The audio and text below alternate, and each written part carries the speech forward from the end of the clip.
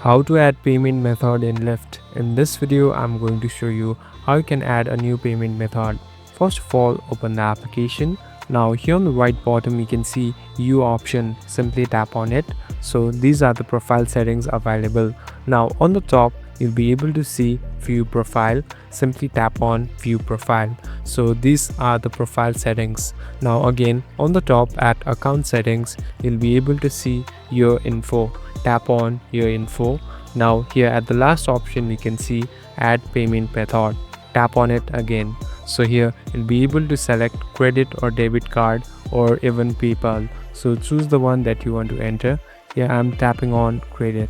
Here you'll be able to enter all the card information from card number, expiration date, and even zip code. So try entering all your details and it will be connected to this application.